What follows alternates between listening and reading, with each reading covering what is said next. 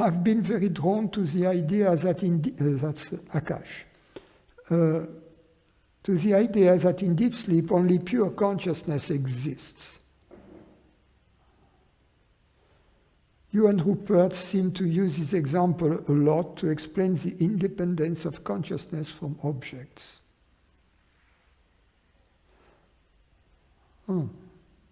I don't know about Rupert. I don't use the example of deep sleep to explain the independence of consciousness from objects. So, Akash goes on, experientially I am very confused about this. In the waking state and dream state, I can say experience consciousness through the presence of objects, since I know I am the one who is conscious of experience. But this is absent in deep sleep. How do you know? How do you know that? Do you infer that? Do you assume that? Or do you experience that? Because if you experience that in deep sleep,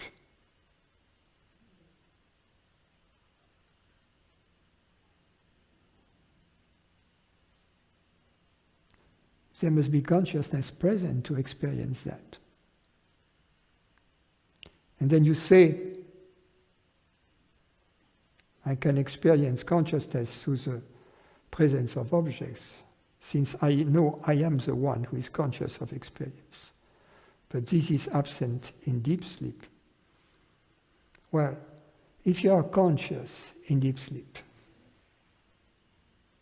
then you are conscious of being consciousness, since according to your own statement, in what you call deep sleep, there are no perceptions. So, if there are no perceptions in deep sleep, either there is no consciousness, and therefore there is no experiencing at all of deep sleep, and therefore you cannot make the statement that anything is absent in deep sleep, because this absence would require the experiencing of this absence. Or you are conscious in deep sleep, in which case, since there is nothing else to be conscious of than consciousness, you are conscious of consciousness, you are aware of awareness.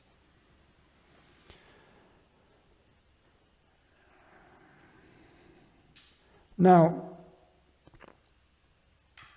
I want to address a confusion that I can feel in what you have said so far.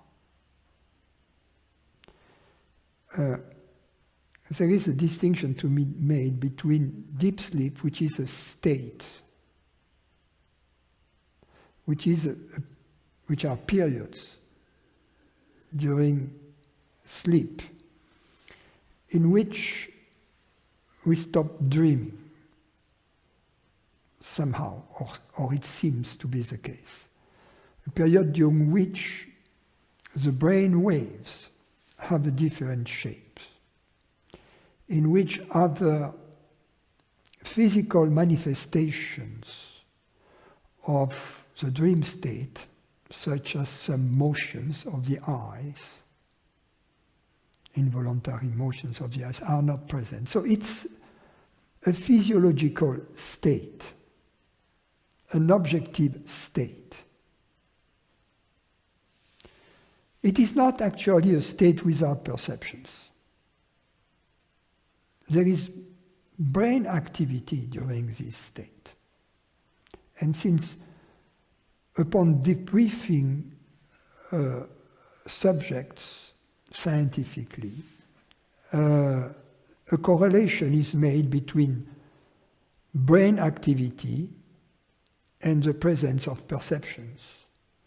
It is a very fair assumption to draw that there are, because there is brain activity during deep sleep, that there are perceptions. Just that we don't recollect them. Already we remember very little of our night dreams, very, very little.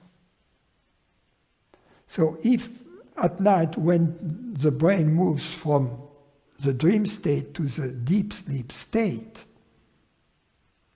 in which the recording device is shut off, and in which there is no story to remember, then upon waking up, it seems like a blank state.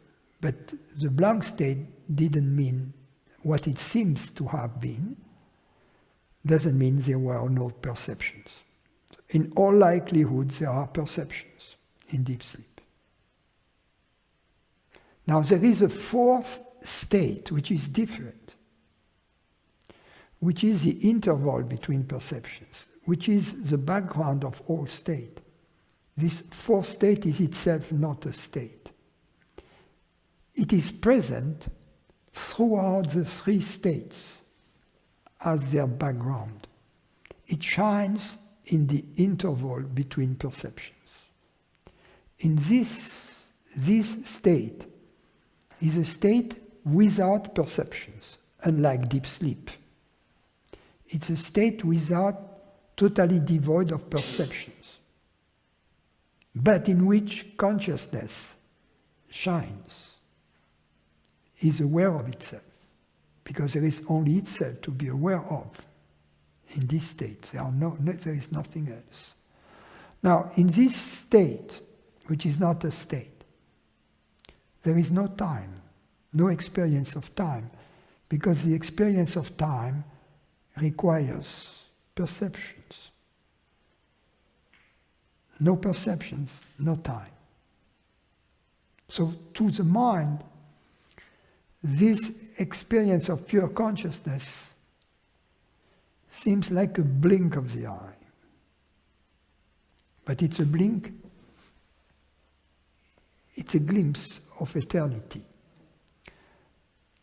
That being said, let's go back to the question.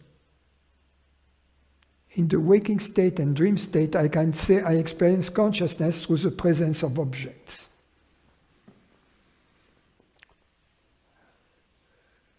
This statement assumes that we need objects in order to experience consciousness. It is just the opposite which is true. We need consciousness to experience objects. We don't need objects to experience consciousness. I repeat that, it's important. We need consciousness to experience objects. Consciousness is primeval.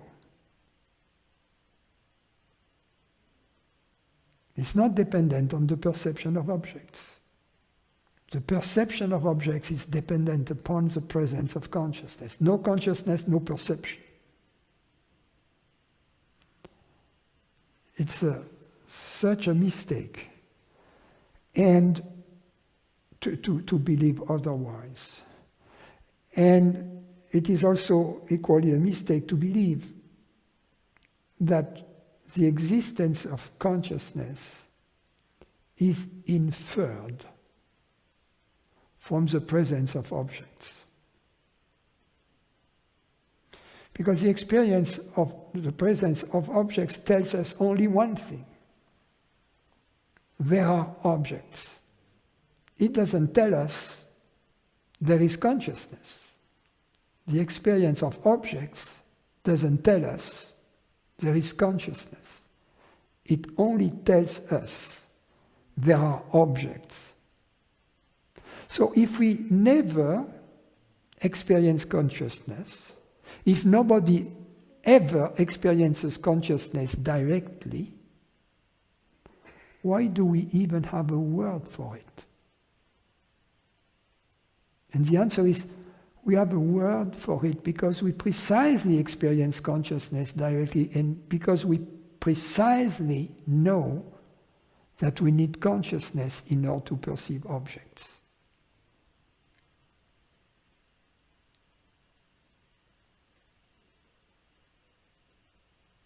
So he goes on.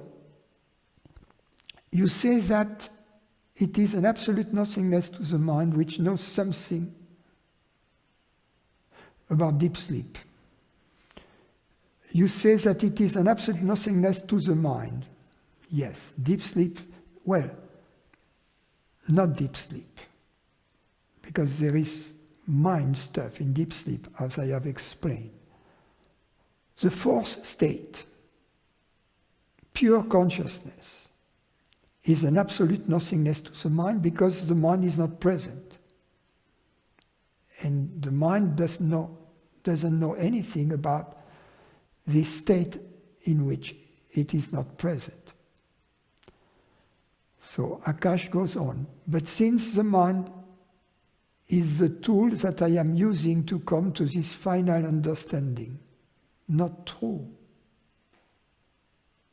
What makes you feel that you use the mind as a tool to come to the final understanding? You need consciousness to think. And therefore, you need consciousness to have a mind. Without consciousness, you don't have a mind. So you use consciousness to have a mind. In other words, you use consciousness to have thoughts. Consciousness creates the thoughts. When consciousness creates the thoughts about consciousness, this thought, at the end, leaves you in consciousness, in the experience of it. So, the mind is not a tool. The mind is made out of thoughts created by consciousness. Consciousness is the real thinker of the thoughts. And it is consciousness that understands. Because it is consciousness that stands under the thoughts.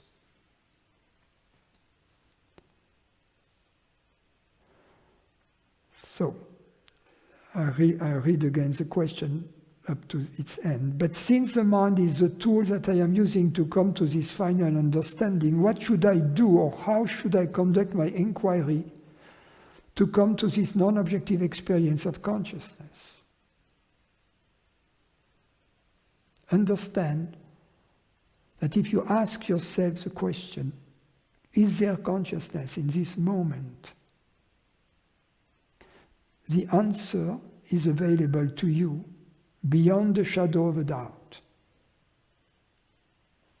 And try to see whether this answer is in any fashion dependent on the context which is present in this moment, on the perception, thoughts, or whatever is present in this moment.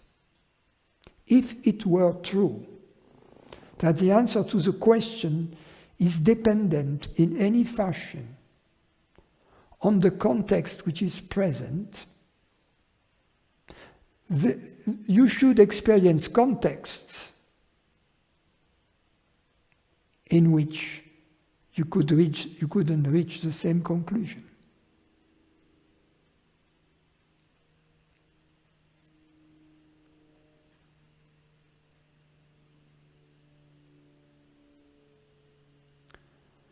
But more directly,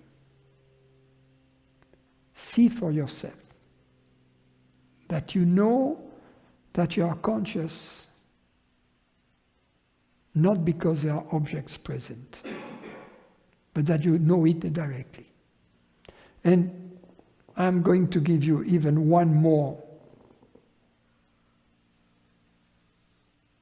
proof that you know that you are conscious, not because there are objects present, but that you know that directly. And the reason is that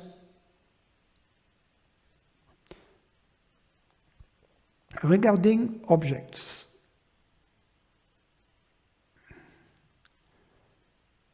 we can never be certain, 100% certain of them.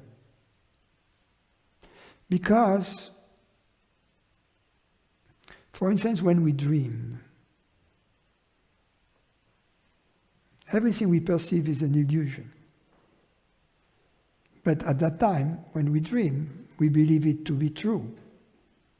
Only upon waking up do we realize that what we were perceiving was an illusion. So how can we possibly know that whatever we are perceiving right now objectively is real? We can't.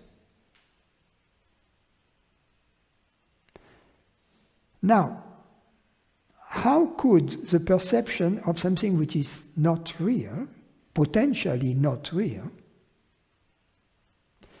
give us a 100% certainty that there is consciousness perceiving it?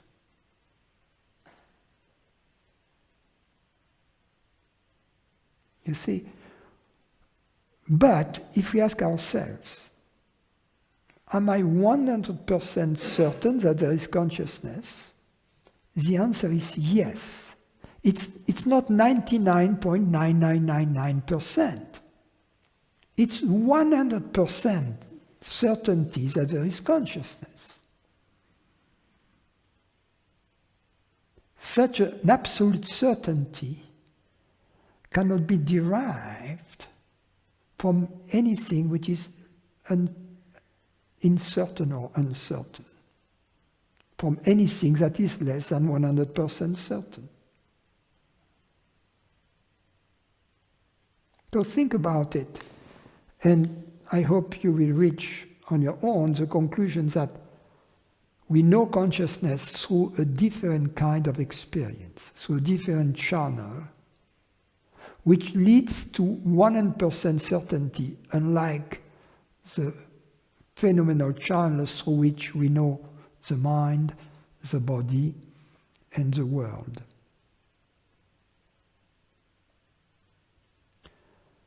So he goes on, deep down I have this intuition that infinite consciousness is the inevitable reality of myself and everything. But a part of me feels very unsatisfied and suspecting of this intuition. And sadly, it is this part that seems to dictate my everyday life experience. Yes, Akash, but as you keep investigating, this